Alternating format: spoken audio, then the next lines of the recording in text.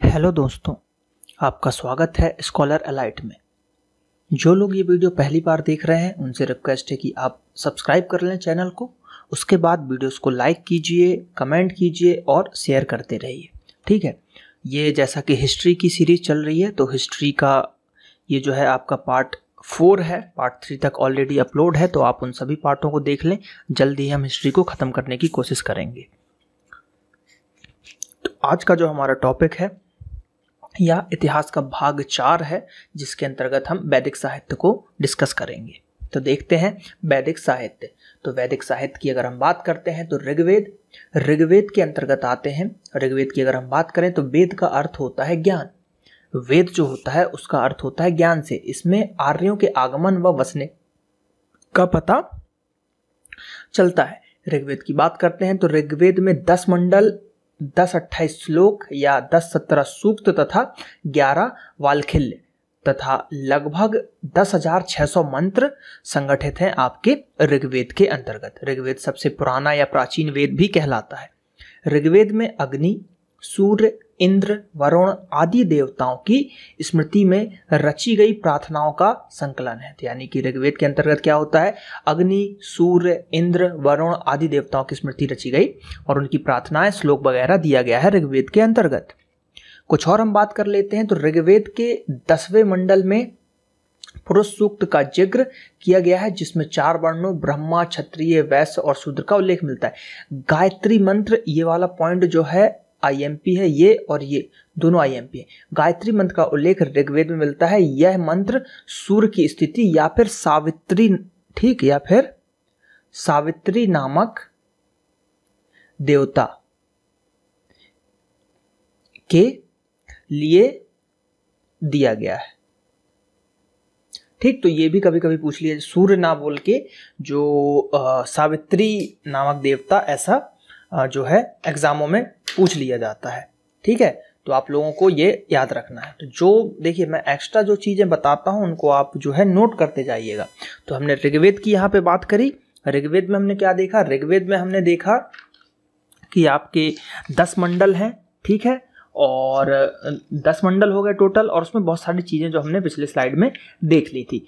अब अगर हम ऋग्वेद की और थोड़ी सी बात कर लें, जैसे कि इस वाले पॉइंट में कि गायत्री मंत्र का उल्लेख जो है ऋग्वेद के जो है सावित्री नामक देवता के लिए था। ठीक है, लेकिन जो गायत्री मंत्र है वो किसके द्वारा रचित था, तो गायत्री मंत्र जो है आपका विश्वामित्र, गायत्री मंत्र जो है आपका विश्वामित्र जी जो गुरुजी थे उनके द्वारा ये रचा गया है। और इसका वर्णन किस मंडल में मिलता है, तो इसका वर्णन मिलता है 3रे मंडल में, ऋग्वेद के 3rd नंबर के, ठीक, 3rd में मिलता है गायत्री मंत्र का वर्णन।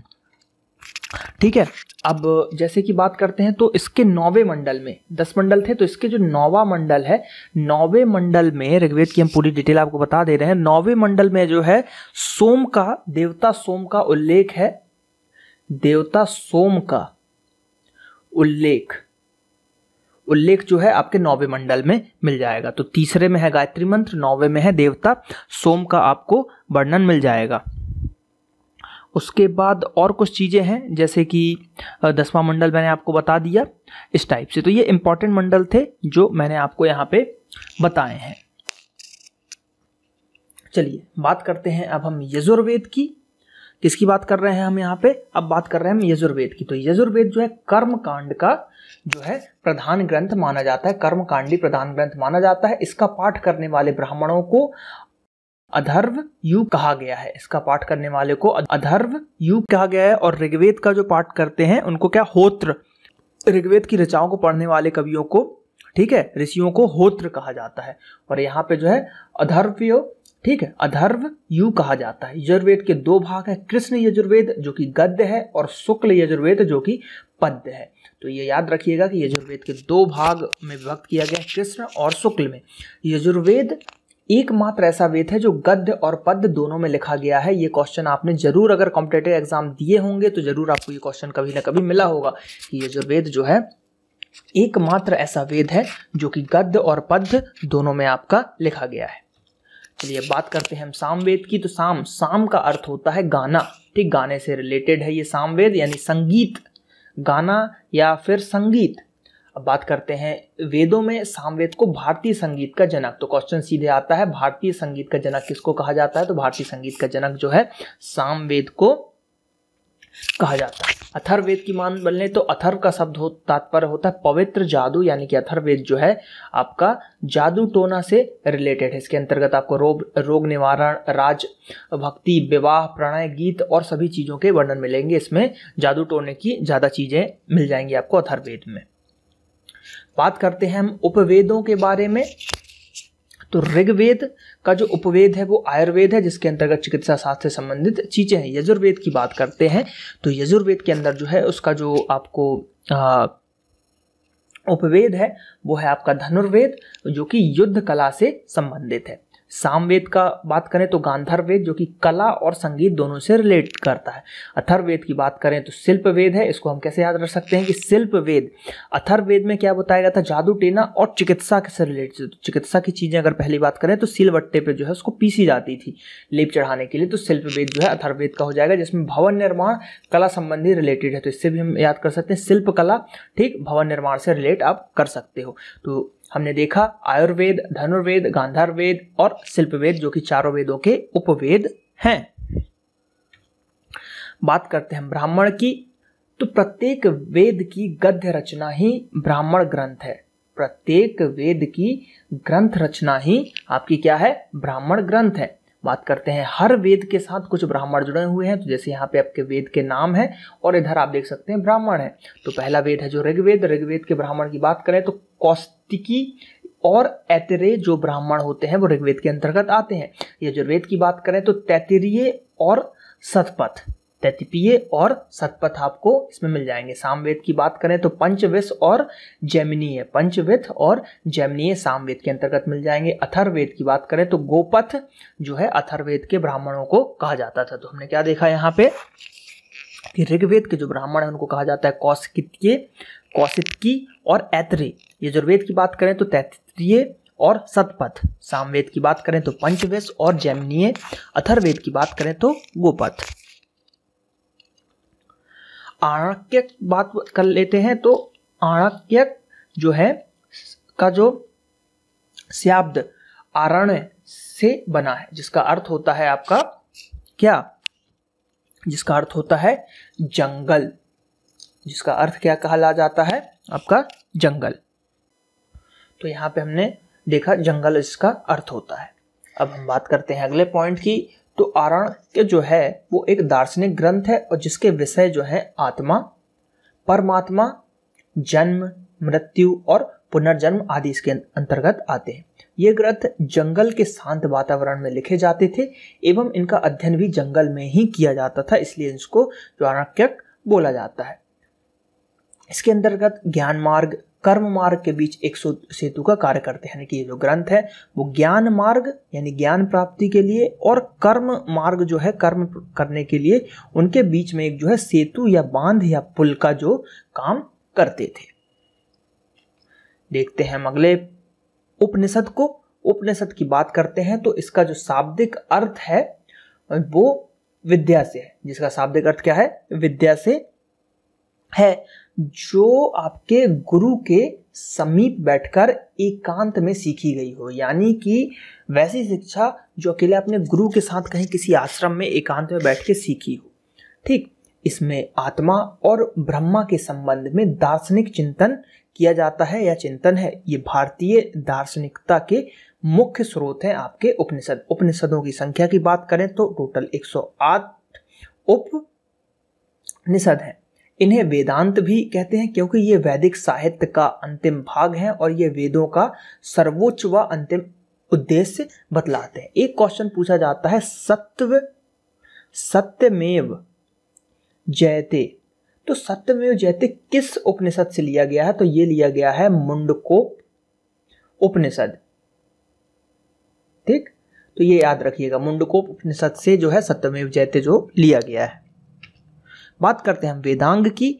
तो वेदों का अर्थ समझने व सूक्तियों के सही उच्चारण के लिए वेदांग की रचना की गई है। और वेदांग की जो बात करें तो ये कितने हैं? टोटल 6 वेदांग होते हैं जो कि हैं शिक्षा, कल्प, व्याकरण, निरुक्त, छंद और ज्योतिषी। याद करना पड़ेगा, इसकी ट्रिक नहीं है।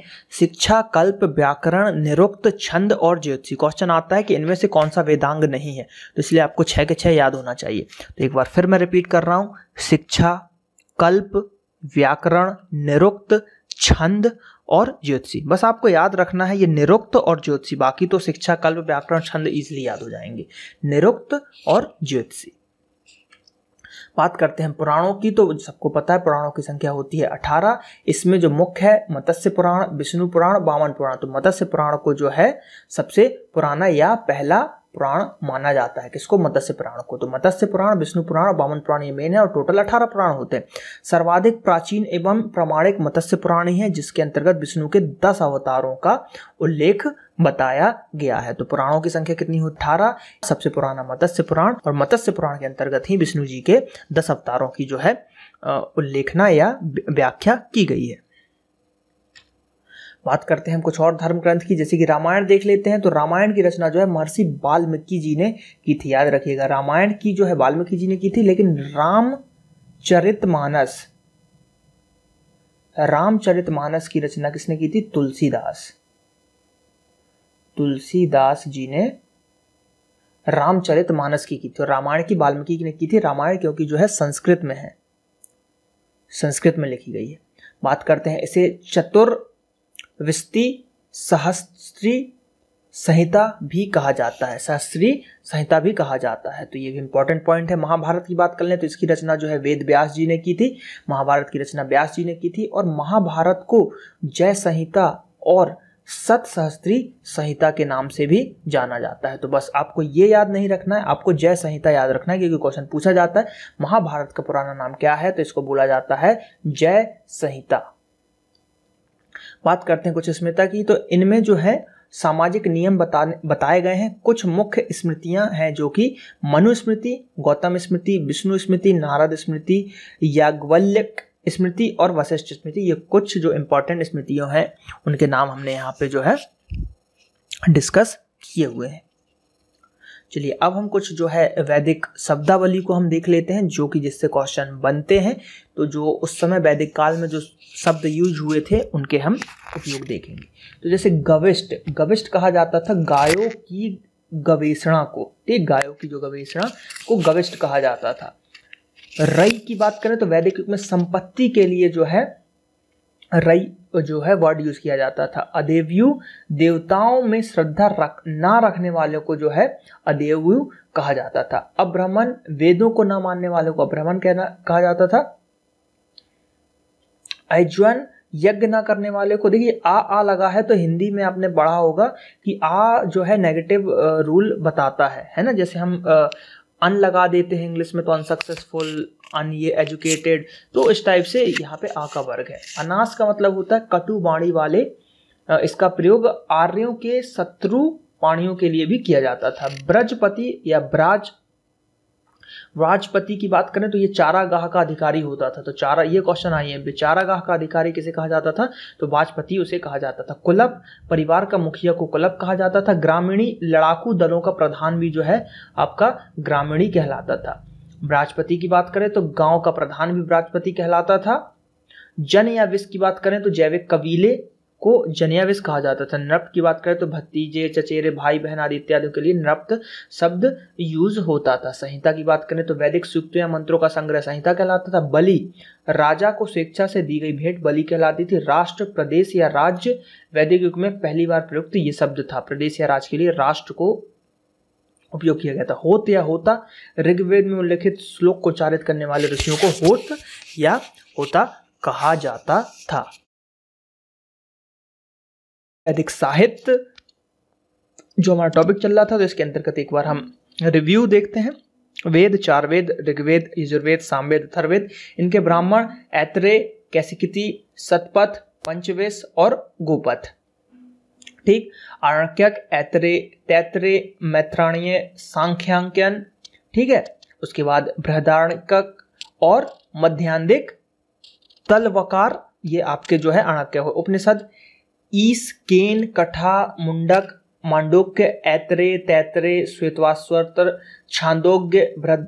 ठीक, उसके बाद कौशिकी, प्रश्न, उसके बाद मुंडकोपनिषद, ऐसे कई उपनिषद भी हैं आपके। वेदांग, शिक्षा, कल्प, व्याकरण, निरुक्त, छंद और ज्योतिषी।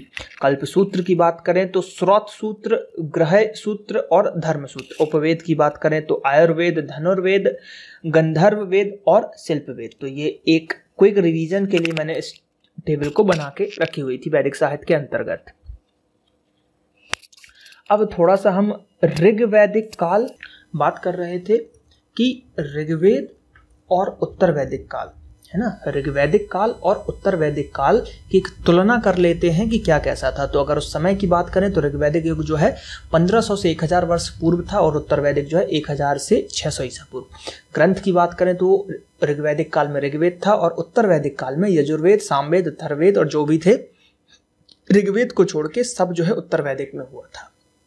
भौगोलिक ज्ञान की बात करें तो अफगानिस्तान, पंजाब, सिंध। उसके बाद इधर उत्तर वैदिक में था संपूर्ण दोआब, पूर्वी बिहार और विंध्य क्षेत्र। पर्वत की बात करें तो मूंजवंत या हिमालय पर्वत था। इधर कैंज, त्रिककुद और मैनाक पर्वत आ जाएंगे। सागर की बात करें तो अरब सागर और अरब सागर, हिंद महासागर, बंगाल की खाड़ी इसके अंतर्गत आते थे। समाज की बात करें तो पितृसत्तात्मक दोनों ही थे। वर्ण व्यवस्था की बात करें तो अंतिम समय में प्रचलित था और इसमें जो है शुरू से ही ये व्यवस्था जो है जो प्रचलन में आ चुका था। और गोत्र व्यवस्था की बात करें तो इसमें कोई गोत्र व्यवस्था प्रचलित नहीं थी और यहाँ भी कोई गोत्र व्यवस्था प्रचलन थी। आश्रम व्यवस्था की बात करें तो कोई साक्ष्य नहीं मिला है, विकास प्रारंभ में हुआ था यहाँ पे। पर्दा प्रथा, बाल प्रथा यहाँ पे जो है आपके प्रचलित नहीं थे। ना पर्दा प्रथा था, ना बाल प्रथा, बाल विवाह प्रथा था, ये सब नहीं थे। और यहाँ पे जो है यहाँ पे भी प्रचलित नहीं थे आपके। बात करते हैं विधवा विवाह, तो स्पष्ट साक्ष्य जो है ऋग्वैदिक काल में नहीं मिले हैं, लेकिन ऋग्वेद के अंतर्गत में भी आपको स्पष्ट साक्ष्य नहीं मिले, लेकिन विधवा विवाह जो है आपका इधर जो है प्रचलित हुई थी। बात करें स्त्रियों की दशा, यहाँ पे अच्छी थी, यहाँ पे कुछ खास नहीं थी। शासन राजतंत्रात्मक दोनों ही थे। कबीलाई परिषद या सभा समिति स्थिति मजबूत थी, यहाँ पे स्थिति जो है कमजोर थी। राजा की बात करें तो जनता द्वारा चुनी जाती थी, यहाँ पे स्थिति मजबूत हुई थी राजाओं की। अर्थव्यवस्था की बात करें तो कृषि और पशुपालन ऋग्वैदिक काल के अंतर्गत आया और कृषि और विभिन्न उद्योग जो है उत्तर वैदिक काल में आया। फसल की बात करें तो जौ और गेहूं भी आता, गेहूं और गेहूं धान यहाँ पे भी आया था। लोहे से बात करें तो अपरिचित थे, लेकिन उत्तर वैदिक काल में ये परिचित हो गए थे। उसके बाद मध्यभांड की बात करें तो लाल और धूसर और चित्रित धूसर यहाँ पे जो है उपयोग में किए गए थे।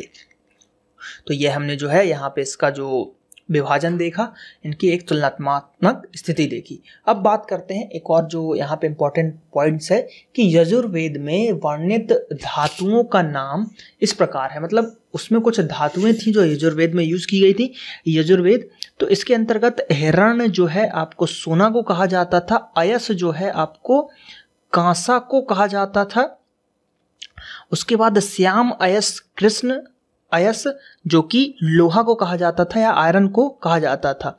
लोह अयस तांबा को कहा जाता था। ये दोनों बहुत ही इंपॉर्टेंट है। श्याम अयस लोहा को कहा जाता था और लोह अयस तांबे को कहा जाता था। इसमें कंफ्यूज मत होइए कि लोह अयस और लोहा लगा दिया, नहीं, लोह अयस का मतलब था वहां पे तांबा। सीसा जो है सीसा ही कहा जाता था और रिसु जो है रांगा को कहा जाता था। रांगा ये वो है जो आपने देखा होगा इलेक्ट्रॉनिक्स जो बोर्ड रहते हैं उस पर जो चमकते रहते हैं ना बिंदु, जिनको हम जो कैया जिसको बोला जाता है गर्म करके सोल्डिंग वायर में यूज किया जाता है, वो रांगा कहलाता है आपका। ठीक, गलनांक इसका जो है टेम्परेचर बहुत ही कम होता है, जल्दी गर्म या पिघल जाता है, तो उसको यहाँ पे यूज किया जाता है। तो ये जो चीज मैंने बताई बहुत इंपॉर्टेंट है, क्वेश्चन इससे जरूर आपका एग्जामों में जो है पूछा जाता है, तो इसको आप भूलिएगा नहीं, याद जरूर कीजिएगा। तो यहाँ पे ये पार्ट 4 आपका समाप्त होता है इतिहास का। अगर आपको ये पार्ट अच्छा लगा हो तो आप वीडियोस को लाइक कीजिए, हमारे चैनल को सब्सक्राइब कीजिए और यहाँ पे www.facebook.com/scholaralite ये आपका जो है फेसबुक पेज है जिसको आप लाइक कर सकते हैं और फेसबुक ग्रुप भी स्कॉलरलाइट के नाम से है, तो आप फेसबुक ग्रुप को भी ज्वाइन करिए। और यहाँ पे आप नेक्स्ट और प्रीवियस वीडियोस की जो है लिंक देख पाएंगे और उस पर क्लिक करके आप वीडियोस को वॉच कर पाएंगे। तो ज़्यादा से ज़्यादा वीडियोस को देखिए, ज़्यादा से ज़्यादा कमेंट कीजिए, वीडियोस को लाइक कीजिए और अपने दोस्तों के साथ उसको जरूर बांटिए। चलिए मिलते हैं अगले पार्ट में, धन्यवाद।